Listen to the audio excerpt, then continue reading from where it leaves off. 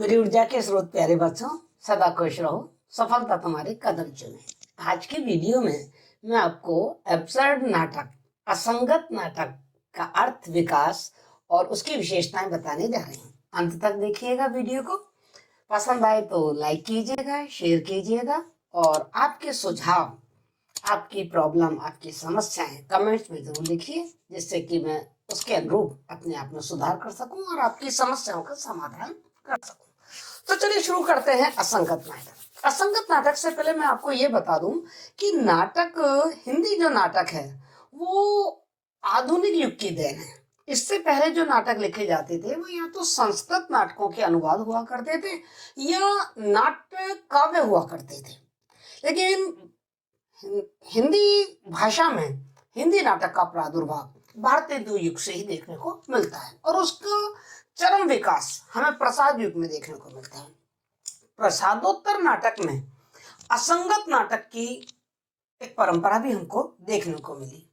वास्तव में संगत नाटक दो विश्व युद्धों की, जो विश्व युद्ध थे, उन दोनों विश्व युद्धों की विभीषिका, दो विश्व युद्ध, प्रथम विश्व युद्ध जो 1914 से प्रारंभ हुआ, 1919 तक चला, और इसके बाद दूसरा विश्व युद्ध 1939 से शुरू हुआ और 1945 तक चला। तो असंगत नाटक इन दो विश्व युद्धों की विभीषिका और नए मूल्यों की स्थापना का प्रतिफल है। इसलिए नाटकों के क्षेत्र में असंगत नाटक अपने आप में एक महत्वपूर्ण आयाम रहा है, न केवल स्टेज पर मंचन की नवीन प्रयोग धर्मिता की दृष्टि से, वरन समझने के परिप्रेक्ष्य से भी इसे साहित्य के क्षेत्र में एक नया प्रयोग माना गया, एक नए प्रयोग के रूप में देखा गया। इससे पहले जो भी नाटक लिखे जाते थे उनमें चरित्रों का परिचय देकर उनके अनुरूप कथानक में उन्हें रखकर अंत में किसी सामाजिक प्रश्न का उत्तर देने की कोशिश होती थी। पर एब्सर्ड नाटकों के कथानक में समाज में फैली विसंगतियों को नग्न यथार्थ रूप में समाज के सामने लाकर रख देने की बात हमारे सामने आती है। इसमें कोई समाधान या उत्तर देने की कोई कोशिश नहीं की जाती, अपितु एकांकी नाटक जहां से शुरू होता है उसका अंत भी वहीं आकर टिक जाता है। एकांकी पढ़ते पढ़ते अंत तक असंगत नाटक की एकांकी भी हमको संगति समझ में आने लगती है। पाठक को उसकी संगति समझ में आने लगती है कि वास्तव में इसका उद्देश्य क्या रहा होगा। असंगत नाटक में वास्तव में यदि हम देखें तो कुछ भी असंगत नहीं होता है।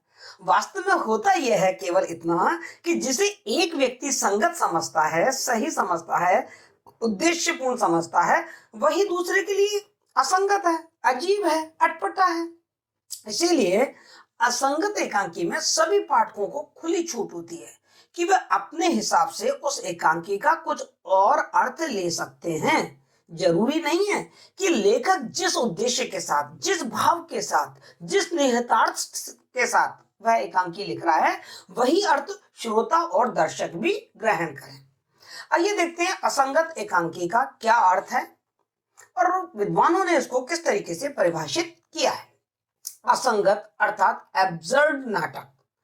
एब्सर्ड का सही अर्थ क्या होता है?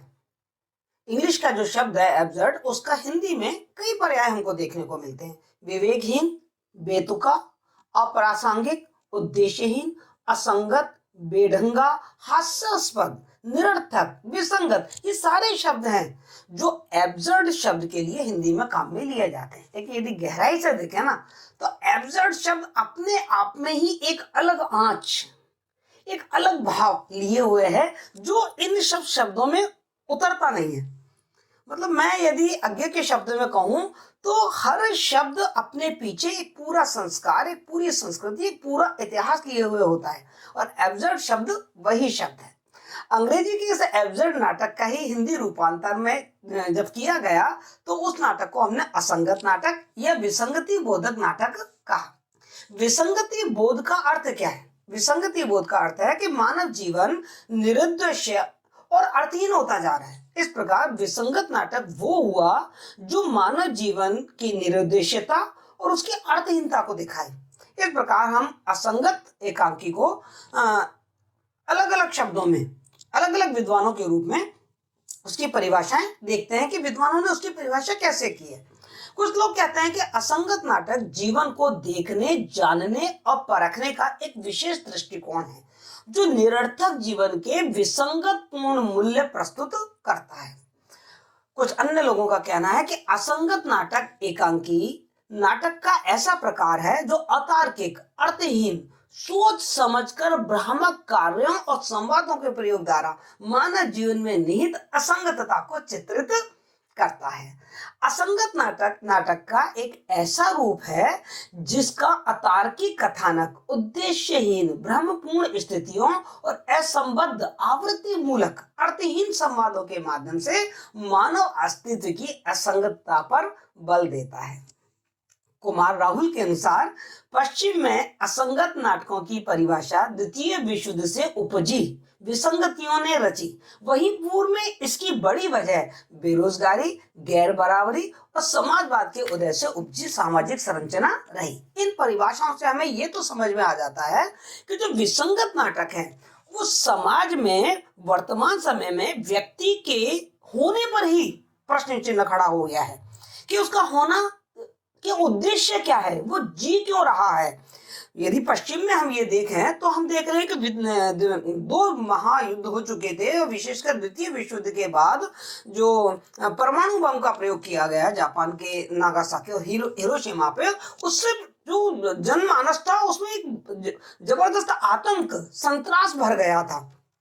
वो अपने जीवन के प्रति बड़ा ही कहना चाहिए कि भ्रमपूर्ण दृष्टि से देख रहा था, संशय में पड़ गया था और उसकी सारी आस्थाएं समाप्त होती जा रही थी। उसी तरीके से पूर्व में गरीबी, बेरोजगारी, समाजवाद से उपजी जो सामाजिक संरचना थी, जो संघर्ष था, जो वर्ग संघर्ष था, वो सब इस असंगत नाटक को जन्म दे रहा था।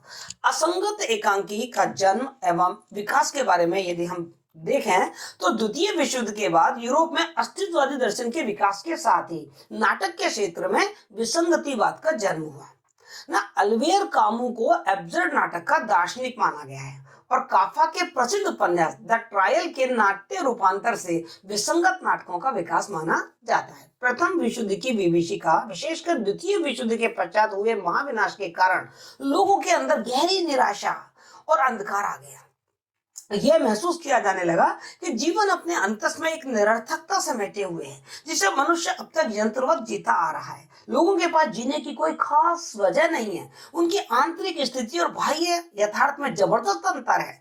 सैमुअल बेकेट और इयोनेस्के, एडवर्ड आल्बी, हैरोल्ड पिंटर आदि पश्चिमी जो नाटककार थे, उन्होंने कई असंगत नाटक लिखे। बेकेट के नाटक वेटिंग फॉर गॉडो को तो 1952 में नोबेल पुरस्कार तक मिला। हिंदी नाटक में भी भुवनेश्वर प्रसाद श्रीवास्तव का नाम असंगत नाटकों की प्रथम श्रेणी में रखा जाता है। डॉक्टर राम कुमार वर्मा ने भुवनेश्वर को विश्व का प्रथम असंगत नाटककार कहा है।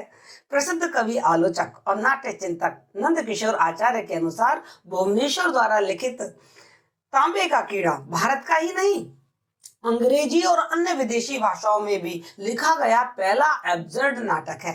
पश्चिम में भी इसकी शुरुआत द्वितीय विश्व युद्ध के बाद होती है, अर्थात 1945 के बाद। अतः भुवनेश्वर का एब्सर्ड नाटकों को जनक कहना चाहिए। क्यों? क्योंकि उन्होंने का जो तांबे का कीड़ा नाटक था वो 1946 में प्रकाशित हो चुका था। नाटक एक और जहां भुवनेश्वर के प्रतिभा का विवाह, श्यामा एक वैकल्पिक विडंबना जैसे एकांकी नाटक पहले से मशहूर थे, वहीं दूसरी ओर तांबे के कीड़े लेकर उन्होंने भारत में भी असंगत नाटकों की परंपरा को स्थापित कर दिया था। बाद के दिनों में नुक्कड़ नाटकों ने असंगत नाटकों की भूमिका को बखूबी संभाला। भारत के हिंदी नाट्य शास्त्र के एब्सर्ड नाटकों के क्षेत्र में बादल सरकार और सफदर हाशमी ने महत्वपूर्ण योगदान दिया। जहां एक और मशीन जैसे नाटक के द्वारा पूंजीवाद की समस्याओं को उजागर किया गया, वहीं हल्ला बोल का मंचन करके ट्रेड यूनियनों में काम करने वाले मजदूरों, पूंजीवादियों और सरकार के बीच के संघर्ष को दर्शाया गया। इस प्रकार भारत में एब्सर्ड एकांकी यानी कि विसंगत एकांकियों का जन्म हुआ और विकास हुआ, और ये निर्विवाद रूप से कहा जा सकता है कि भारत में नहीं विश्व में भुवनेश्वर प्रसाद का असंगत नाटक में महत्वपूर्ण योगदान रहा और हम उन्हीं को ही जनक मानेंगे। क्यों? कि जब पश्चिमी साहित्यकार एब्सर्ड नाटक लिख रहे थे, भुवनेश्वर प्रसाद उससे बहुत पहले अपने नाटक लिखकर असंगत नाटक के क्षेत्र में अपना महत्वपूर्ण प्रतिदान दे चुके थे।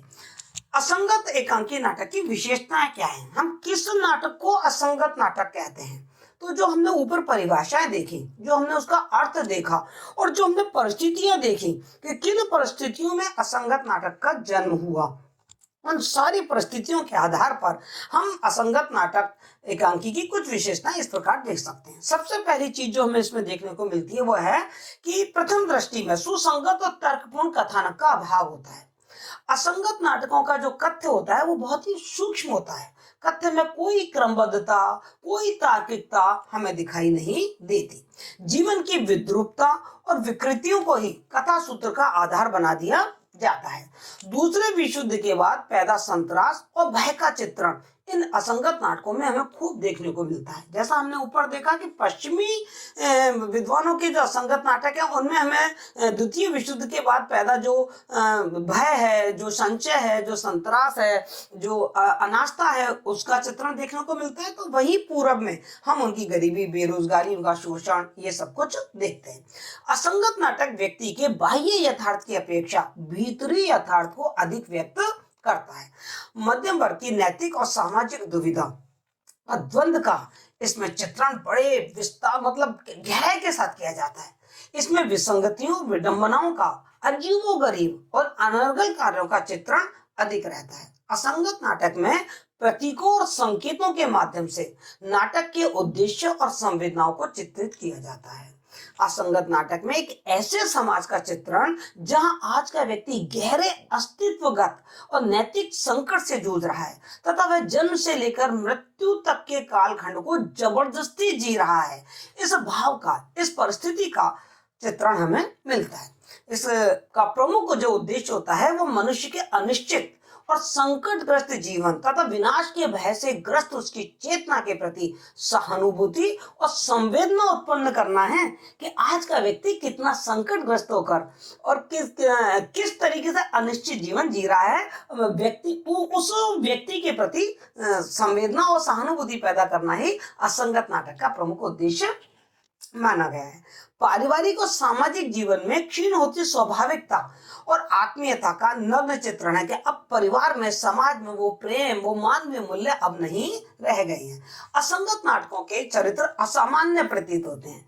विसंगत नाटकों में चरित्र के विकास का भी कोई प्रश्न नहीं उठता, न किसी सुविचारित निष्कर्ष तक पहुंचने की संभावना ही हमें दूर दूर तक दिखाई देती है। इन नाटकों के चरित्र सामान्यतः असामान्य ही होते हैं, है ना। सामाजिकता की दृष्टि से वह हे होते हैं, जैसे चोर होंगे, उचक्के होंगे, लंपट होंगे, आवारा, दंडित, बहिष्कृत, विक्षिप्त, कुंठित या हास्यास्पद विदूषक, ऐसे चरित्र हमको असंगत नाटक में देखने को मिलते हैं। इन नाटकों में परंपरागत नायक और नायिका और खलनायक नहीं होते। जैसे आज तक हम देखे हैं कि इसका हीरो ये है, इसकी नायक ये है, इसकी नायिका ये है, वो नहीं होते हैं। पात्र वास्तविक कम और प्रतीकात्मक अधिक होते हैं, मतलब किसी परिस्थिति को या विशेष स्थिति को का प्रतिनिधित्व करते हुए होते हैं वो पात्र। पात्रों का सुसंगत चित्रण नहीं होता, उनके कार्यों में भी कोई संगति हमको नजर नहीं आती है। असंबद्ध, आवृत्ति मूलक और अर्थहीन संवाद, पात्र निरर्थक बातें करते हैं, कार्य करते हुए नजर आते हैं। जब हम उनकी बातों को सुनते हैं तो उनकी बातों में हमें कोई तारतम्यता दिखाई नहीं देती है। पात्रों के आंतरिक और बाह्य यथार्थ की टकरार से जीवन में उत्पन्न जो असंगत परिस्थितियां हैं उनका संवेगात्मक और मनोविश्लेषणात्मक अंकन हमको असंगत नाटक में एब्सर्ड एकांकी में देखने को मिलता है। असंगत नाटक में देश और काल के संकेत भी बहुत स्पष्ट नहीं होते हैं और रंगमंचिता के धरातल पर एब्सर्ड नाटक में प्राय जो पात्र होते हैं वो मुंह का भी न करते हैं या पर्दे के पीछे रहते हैं। उनकी आंगिक चेष्टाएं अतिरंजित होती हैं। कभी कभी तो पूरा का पूरा नाटक अभिनेता के हाव भाव और आवाज के उतार चढ़ाव और आंखों से ही खेल लिया जाता है। अभिनय में पात्रों के द्वारा मुखौटों का प्रयोग भी किया जाता है। इनकी जो शैली होती है वो हास्य प्रधान और अतिशयोक्तिपूर्ण होती है। भाषा आम बोलचाल की होती है जिसका अर्थ गूढ़ और गहन प्रतीक और सांकेतिकता लिए हुए होते हैं। अर्थात इन नाटकों में रोजमर्रा की जिंदगी की घिसी पिटी भाषा का भी इस तरीके से प्रयोग किया जाता है कि वह संवेदनहीन जीवन के संतरास और विडंबना का पूरा पूरा एहसास हमारे दिल में जगा देता है। वस्तुतः प्रथम दृष्टि में यदि हम देखें तो शब्द और भाषा के स्तर पर असंगत नाटक जितना असंगत दिखाई देता है, अर्थ और संवेदना के स्तर पर वो उतना ही समकालीन स्थिति की विद्रूपताओं पर आंखें तरेड़ता हुआ, तिरछी नजरों से देखता हुआ, चुपता हुआ व्यंग करता हुआ चला जाता है और असंगत होता चला जाता है। सबसे बड़ी बात यह रही कि इस नाटकों के मंचन का सामाजिक और राजनीतिक संदेशों को आम जनता तक पहुंचाने में बहुत महत्वपूर्ण भूमिका निभाई है। निष्कर्ष रूप में ये कहा जा सकता है कि जब हम किसी असंगत नाटक एकांकी को पढ़ते हैं तो अनुभूति और संवेदना के स्तर पर वह नाटक पाठक के अंतर मन को चीर कर रख देता है। लगता है लेखक ने वो सब कह दिया, वो सब दिखा दिया जो हम अपने शब्दों में व्यक्त नहीं कर पा रहे थे। समझते तो थे पर मानने को तैयार नहीं थे, महसूस तो करते थे पर मन महसूस कर रह जाते थे। यह है असंगत नाटक। आशा है आपको असंगत नाटक की परिभाषा, उसका अर्थ, उसका विकास और उसकी विशेषताएं समझ में आई होंगी। फिर भी कोई समस्या हो तो आप कमेंट बॉक्स में बेधड़क होकर लिखें। मैं आपकी समस्याओं का समाधान करने की पूरी कोशिश करूंगी। धन्यवाद।